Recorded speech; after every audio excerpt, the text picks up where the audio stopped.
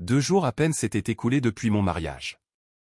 J'ai ouvert mon ordinateur portable, le cœur encore empli de la douce euphorie de la cérémonie, m'attendant à trouver un message affectueux de mes parents, peut-être une photo qu'ils auraient prise, un souvenir numérique de ce jour parfait. À la place, une facture brute, froide, me fixait depuis l'écran. Chaque fleur, chaque chaise louée, chaque assiette servie y était méticuleusement listée, comme si j'avais été une cliente de passage qu'ils avaient reçue, et non leur propre fille. Le total, inscrit en gras au bas du document, a provoqué une chute glaciale dans mon estomac, 30 000 €. C'étaient les mêmes parents qui, sans hésiter, avaient offert un chèque de 350 000 € à ma sœur pour son propre mariage. Léo, mon tout jeune mari, s'est figé à mes côtés, son souffle se coupant net. « Chloé, qu'est-ce que c'est que ça ?» a-t-il demandé, sa voix empreinte d'une incrédulité totale. À cet instant, je pensais que la facture était la trahison ultime. Mais le véritable choc, la secousse sismique qui allait ébranler les fondations de ma vie, n'est arrivé que lorsque des coups violents ont retenti à ma porte. J'ai grandi dans un petit village de la campagne normande, un endroit où chaque maison semblait tout droit sortie d'une carte postale. Les pelouses étaient tondues au millimètre près, les couronnes de Noël accrochées aux portes correspondaient scrupuleusement à la saison, et les allées étaient bordées par les mêmes berlines allemandes, symbole silencieux d'une réussite discrète et uniforme.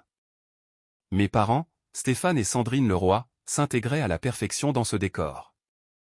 Ils incarnaient le couple que les gens admiraient lors des fêtes de village annuelles, prospères, maîtres d'eux-mêmes, affichant un sourire permanent. Pour qui ne nous connaissait pas intimement, nous donnions l'illusion d'une famille unie, normale. Mais derrière les portes closes de notre maison en pierre de taille, la dynamique était tout autre. L'univers familial tout entier tournait autour d'un seul astre, ma sœur aînée, Manon Leroy. Avec ses 4 ans de plus que moi, Manon semblait irradier une lumière naturelle, captivant l'attention dans chaque pièce où elle entrait. Mes parents l'adoraient, d'un amour presque aveugle. Ils chantaient les louanges de ses notes exceptionnelles, exposaient fièrement ses trophées sportifs sur la cheminée du salon et narraient ses moindres accomplissements à quiconque voulait bien les écouter. Lorsque Manon désirait le dernier modèle de téléphone, il apparaissait comme par magie la semaine suivante. Quand une nouvelle garde-robe lui semblait nécessaire, ma mère l'emmenait pour une journée de shopping effrénée. J'étais, quant à moi, l'enfant qui héritait des vêtements de seconde main et qui avait appris l'art de faire durer un jean pendant 3 années scolaires consécutives.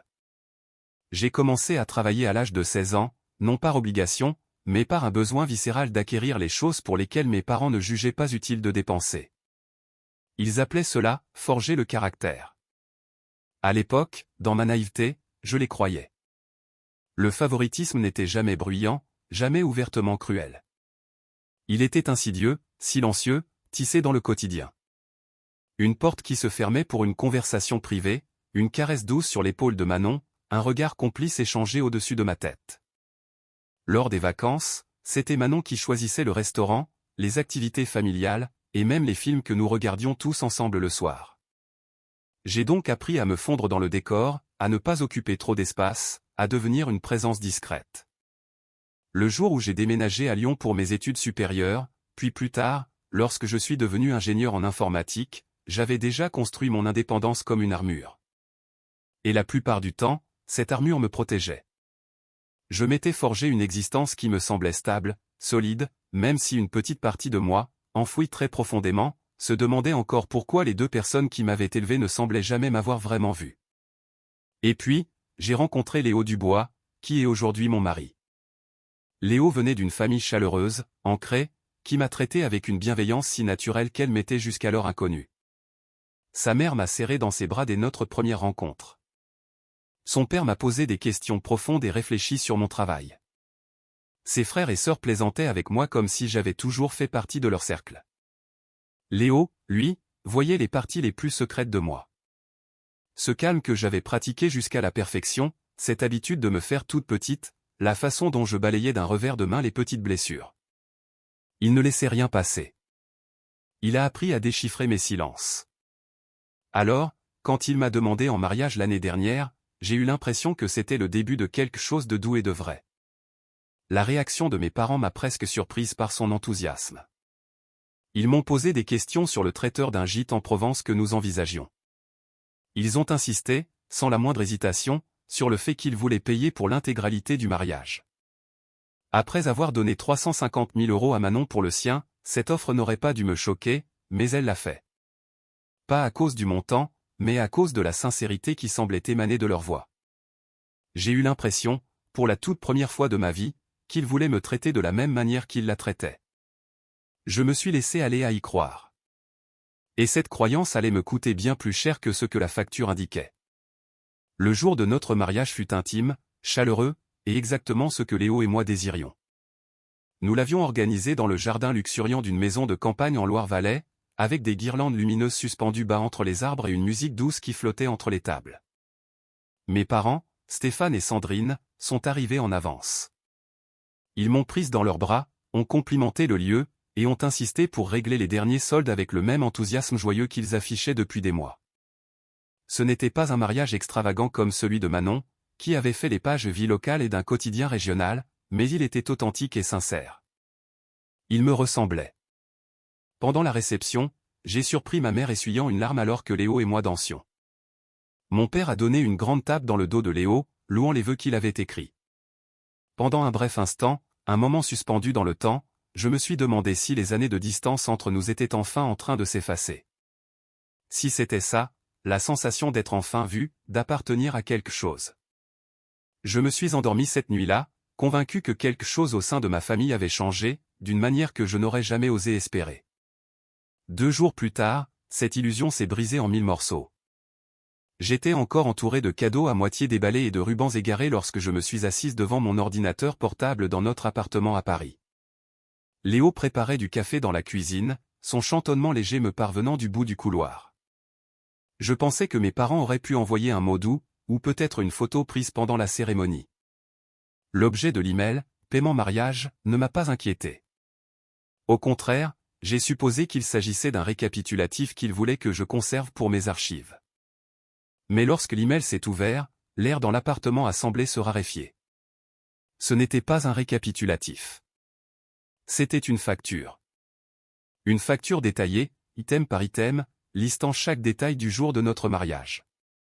Les arrangements floraux, chaque bouquet étant comptabilisé, les amuse-bouches, les chaises de location, même les guirlandes lumineuses. Chaque ligne était soigneusement dactylographiée, chaque coût additionné comme si mon mariage avait été un événement d'entreprise qu'ils avaient organisé en mon nom. Le total au bas de la page m'a frappé comme un coup de poing. 30 000 €. Pendant un long moment, je suis resté là, à fixer l'écran. Immobile. Sans cligner des yeux. C'était comme si mon cerveau refusait de traiter l'information que mes yeux lisaient. Léo s'est approché avec 2 tasses, les a posées sur la table et s'est penché vers moi.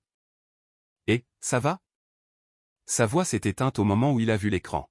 « Chloé, qu'est-ce que c'est que ça ?»« Je ne sais pas », ai-je murmuré. « Je ne comprends pas. » Mais je comprenais. Au fond de moi, dans cet endroit qui se souvenait encore de chaque carte d'anniversaire oubliée, de chaque vêtement de seconde main, de chaque fois où l'on m'avait dit d'être patiente parce que Manon avait besoin de quelque chose en premier. Je comprenais parfaitement. Ce n'était pas nouveau. C'était le même schéma, simplement habillé de vêtements plus élégants. Mon téléphone a vibré. Un nouveau message de ma mère. J'espère que tu as bien reçu la facture. Merci de régler cela rapidement. Nous avons convenu que c'était la chose responsable à faire. Responsable ? Le mot a provoqué une torsion douloureuse dans ma poitrine. Mes parents avaient offert de payer pour le mariage. Ils avaient même insisté. Je ne leur avais jamais demandé un centime. Je ne m'étais jamais attendu à ce qu'ils égalent les 350 000 € qu'ils avaient offerts à Manon. Je ne tenais pas les comptes. Mais cette charge froide et calculée donnait l'impression qu'ils avaient tendu un piège et m'avaient regardé y tomber tout droit. Léo faisait les 100 pas, passant une main dans ses cheveux. Ils ne peuvent pas être sérieux, Chloé. C'est de la folie. Mais mes parents avaient toujours été sérieux quand il s'agissait d'argent, surtout quand il s'agissait de contrôler qui le recevait. J'ai relu l'email encore et encore, cherchant un signe que c'était une erreur, un soupçon de sarcasme, c'est une blague, n'importe quoi. Il n'y avait rien. Juste la facture, l'attente brutale, et la prise de conscience que toute la chaleur du mariage n'était pas de l'amour, mais une simple performance. Ce soir-là, alors que le soleil plongeait derrière les toits de Paris, je suis restée assise à la table, à ressasser de vieux souvenirs. Manon recevant le dernier téléphone alors que le mien était rafistolé avec du ruban adhésif. Manon recevant des vêtements neufs tandis que les miens arrivaient dans un sac en plastique étiqueté « à donner ». Manon recevant 350 000 € avec un sourire fier, tandis qu'on me présentait une facture. Et pour la première fois de ma vie, je n'ai pas ravalé ma peine. Je ne me suis pas dit que je surréagissais. Je n'ai pas cherché l'excuse d'un malentendu. Ce n'était pas une erreur. C'était un message. Et c'était le tournant que, sans le savoir, j'attendais. Je n'ai pas dormi la nuit où la facture est arrivée. Léo a essayé plus d'une fois de me prendre dans ses bras pour me calmer, mais mon esprit tournait en boucle sur la même rengaine douloureuse. La liste, le ton, l'attente. Toutes ces années où je m'étais convaincu que les choses n'étaient pas aussi déséquilibrées qu'elles le paraissaient. Au matin, quelque chose en moi s'était apaisé. Pas anesthésié, juste limpide. Si c'était ainsi que mes parents voulaient être, alors je devais décider qui je serais en réponse. Léo était assis en face de moi à la table de la cuisine, l'inquiétude se lisant sur tout son visage. « Qu'est-ce que tu veux faire ? » ?»« Je vais la payer, ai-je dit. Il a cligné des yeux. « Chloé, tu ne leur dois rien. »« Je sais. » Ma voix était stable, plus stable que ce que je ressentais. « Mais je la paie quand même. Pas parce que je leur dois, mais parce que j'en ai fini de les laisser utiliser l'argent comme une laisse. » J'ai sorti mon chéquier. Inscrire le montant total en lettres soignées m'a procuré une étrange sensation de puissance. Pour la première fois, je n'essayais pas de négocier, d'expliquer ou de mériter leur approbation. Je ne prétendais pas que la balance avait un jour été équilibrée. Léo a serré ma main. « Si tu as besoin de moi, je suis là. » J'ai hoché la tête, reconnaissante, et j'ai glissé le chèque dans une enveloppe. Mais je ne me suis pas arrêté là. J'ai écrit une lettre. Mesurée, honnête, et d'une franchise douloureuse. Je leur ai dit à quel point j'étais blessé, comment leur offre ressemblait à une mise en scène, comment la facture n'était pas juste une note de frais, mais la confirmation de toute une vie de favoritisme et de manipulation émotionnelle. J'ai écrit que je n'accepterais plus jamais d'argent, d'aide ou de cadeaux assortis de conditions. Je leur ai dit que je refusais tout héritage futur. Et puis j'ai écrit les mots que je n'aurais jamais pensé écrire, ceci sera notre dernière interaction financière. J'ai scellé l'enveloppe et l'ai postée avant de perdre ma résolution. Le reste de la journée, mon téléphone est resté silencieux. Aucun appel de ma mère, Sandrine. Aucun SMS de mon père, Stéphane. Ce silence aurait dû être paisible. Au lieu de cela, il ressemblait à un orage sur le point d'éclater. La tempête a frappé le lendemain matin. Mon téléphone s'est illuminé de messages de la famille élargie, une tante à qui je n'avais pas parlé depuis des années, quelques cousins qui se souvenaient à peine de mon anniversaire, même un oncle éloigné qui vivait à l'autre bout du pays. Chaque message disait une variation de la même chose. « Comment as-tu pu faire ça à tes parents ? Ils essayaient de t'apprendre la responsabilité. Tu es mélodramatique. Tu devrais t'excuser. » Je fixais l'écran, abasourdi par la vitesse à laquelle le récit avait été réécrit. Mes parents avaient clairement été très occupés. Léo regardait mon téléphone comme s'il souhaitait le voir s'enflammer. « Bloque-les, a-t-il dit. Tous. Je ne l'ai pas fait. Pas encore. J'avais besoin de comprendre jusqu'où ils étaient prêts à aller. Puis un email est arrivé d'une adresse que je n'ai pas reconnue au premier abord. Un compte professionnel. C'était de ma mère. Chloé, la facture n'était pas réelle. C'était une leçon. Tu n'étais pas censé la prendre au pied de la lettre. Nous avions prévu de te surprendre avec un cadeau de 90 000 € après que tu aies fait preuve de responsabilité. S'il te plaît, ne surréagis pas. J'ai relu ce paragraphe 3 fois. Une leçon. Un test. Un cadeau promis, brandi comme une récompense pour l'obéissance. Léo a lu par-dessus mon épaule et a marmonné, incroyable. Je n'ai pas répondu. Au lieu de cela, j'ai ouvert mon application bancaire et j'ai déposé le chèque qu'il m'avait envoyé des mois auparavant pour les frais liés au mariage ou de l'argent que je n'avais jamais touché. Je voulais qu'il soit traité immédiatement pour qu'il ne puisse pas le déchirer et réécrire l'histoire. Leur test était terminé. Ma réponse était finale. Ce soir-là, mon téléphone a de nouveau vibré, cette fois avec un numéro que je reconnaissais. C'était le frère cadet de mon père, l'oncle Nicolas, quelqu'un qui avait toujours été en marge des réunions de famille. Quand j'ai répondu, sa voix était calme mais lourde. « Chloé, j'ai entendu ce qui se passe. J'ai été à ta place avant. Et c'est à ce moment-là que tout est devenu d'une clarté terrible. Ma famille avait déjà fait ça. Je n'étais pas la première, et à moins que je n'y mette un terme, je ne serai pas la dernière. » J'ai retrouvé l'oncle Nicolas le lendemain après-midi dans un petit bistrot de quartier. Il était le frère cadet de mon père, plus silencieux, plus observateur, et quelqu'un qui n'avait jamais semblé pleinement intégré au tissu familial. J'avais toujours senti qu'il y avait une histoire là, quelque chose de non dit. Maintenant, je savais enfin pourquoi. Il a remué son café lentement, les yeux fixés sur le tourbillon de crème. « Tes grands-parents m'ont fait la même chose, » a-t-il dit. Ils utilisaient l'argent comme un moyen de tout contrôler. Quand je me suis rebellé, ils ont retourné toute la famille contre moi. Un frisson glacial m'a parcouru l'échine. Donc, ce n'est pas nouveau. C'est un schéma, a-t-il dit. Et tes parents l'ont bien appris. Je me suis adossé à ma chaise, laissant la vérité s'installer. Cela ne rendait pas la situation moins douloureuse, mais cela la rendait plus claire. Je ne me battais pas contre une facture. Je me battais contre des décennies de conditionnement. En quittant le bistrot, je me sentais enfin certaine de la suite. 2 soirs plus tard, juste au coucher du soleil, j'étais dans la chambre en train de plier du linge quand un coup tonitruant a fait vibrer la porte d'entrée. Puis un autre, et un autre. « Chloé !» Une voix a hurlé dans le couloir. « Ouvre cette porte tout de suite. » Léo a levé les yeux de son canapé, les yeux écarquillés. « C'est... » « Oui, » ai-je dit, mon estomac se nouant. « C'est Manon. » Ma sœur aînée, autrefois la fille en or de la famille, l'orbite autour de laquelle tout tournait, était maintenant devant notre appartement, martelant la porte de ses 2 poings. Le couloir amplifiait chaque cri comme un mégaphone. J'ai marché vers l'entrée, chaque pas stable, délibéré. Léo planait derrière moi, protecteur, mais me laissant prendre les devants. Arrivé à la porte, je ne l'ai pas ouverte. Je suis simplement resté immobile et j'ai écouté. « Tu es incroyable, Chloé !» a crié Manon, la voix brisée. « Tu as payé la facture. Pourquoi tu as fait ça? Pourquoi tu as mis papa et maman dans l'embarras comme ça? » L'embarras. Le mot a écorché quelque chose de vif en moi. D'autres coups de poing se sont abattus sur le bois. Ils essayaient de t'aider.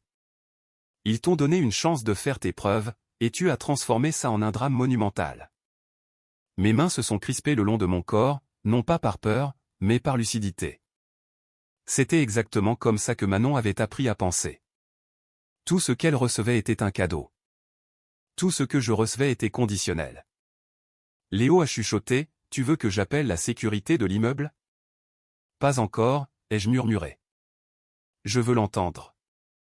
La voix de Manon s'est de nouveau élevée, si proche maintenant que je pouvais l'imaginer penché contre le Judas, son souffle embuant le métal. Tu sais à quel point ils ont pleuré à cause de toi? Tu sais à quel point maman a essayé de t'expliquer la leçon que tu étais censé apprendre? Si tu n'étais pas aussi égoïste, tu comprendrais. Un voisin a entrouvert sa porte plus loin dans le couloir. Un autre a jeté un coup d'œil au coin du mur. Manon n'a rien remarqué. Elle était trop absorbée par sa performance. J'ai discrètement levé mon téléphone et j'ai appuyé sur enregistrer. Manon a continué. Et maintenant, toute la famille parle à cause de toi. Tout le monde pense que tu es une ingrate. Honnêtement, je suis d'accord. Je veux dire, sérieusement, Chloé. Ils ont offert de payer. Tu aurais dû simplement accepter la facture et te taire. La mâchoire de Léo s'est contractée. J'ai posé une main sur son bras, pour nous ancrer tous les deux. Et couper les ponts, a craché Manon. Vraiment? Pour de l'argent? Pour un stupide malentendu? Mon Dieu, tu dois toujours tout ramener à toi. L'ironie m'a frappé si fort que j'ai failli en rire. Pendant 28 ans, tout avait tourné autour d'elle. Finalement, j'ai parlé. Pas fort, pas avec colère, mais avec la certitude calme de quelqu'un dont les yeux s'étaient complètement ouverts. Tu dois partir, Manon. Silence. Puis, oh, alors tu es là. Ouvre la porte. Non. Pourquoi pas? Parce que tu n'es pas là pour comprendre, ai-je dit d'un ton égal. Tu es là pour renforcer le même schéma qui fait du mal à notre famille depuis des générations. Je pouvais sentir sa confusion à travers la porte. Elle n'avait pas l'habitude que je parle aussi franchement. Schéma?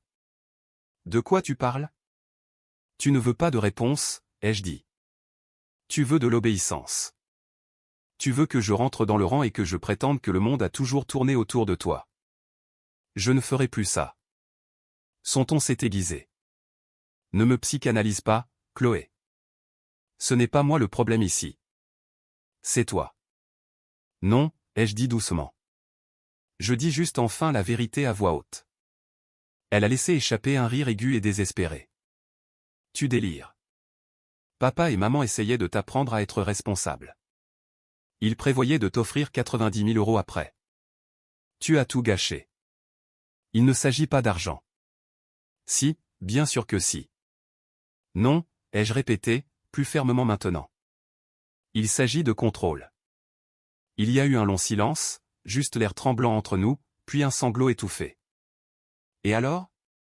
Tu en as fini avec nous tous? Avec toute la famille? Oui, ai-je dit. Jusqu'à ce que quelque chose change. Un souffle tremblant a retenti de l'autre côté. Très bien. Si tu veux jeter ta famille à la poubelle, vas-y. Mais ne reviens pas en rampant quand tu réaliseras que tu es seul. Je ne suis pas seul, ai-je dit en me tournant pour regarder Léo. Plus maintenant. Quelques secondes plus tard, ses pas ont résonné dans le couloir, s'estompant à chaque martèlement. Une porte a claqué quelque part près de l'ascenseur. Et puis le silence a rempli l'appartement. Frais et lourd, mais d'une certaine manière, libérateur. Léo a enroulé ses bras autour de moi par derrière, posant son menton sur mon épaule. Je suis fier de toi, a-t-il murmuré. Mon téléphone a vibré juste au moment où il l'a dit. Un nouveau message vocal de mon père, Stéphane. J'ai appuyé sur lecture. Sa voix était basse, usée, rien à voir avec l'homme qui avait toujours parlé avec une autorité inébranlable. Chloé. Je ne veux plus me battre. Je pense que les choses sont allées trop loin. Si tu es d'accord, j'aimerais qu'on se voie. Juste pour parler. Léo a croisé mon regard. Tu veux y aller? Je crois que j'en ai besoin, ai-je dit. Le lendemain après-midi, j'ai retrouvé mon père dans un café en bord de Seine. Il paraissait plus âgé que dans mon souvenir, les épaules voûtées, les yeux fatigués. Sur la table entre nous se trouvait le chèque que je lui avais envoyé. Il l'a glissé vers moi. Nous ne voulons pas de ça, a-t-il dit. Reprends-le. Lentement, je l'ai repoussé de l'autre côté de la table. Non.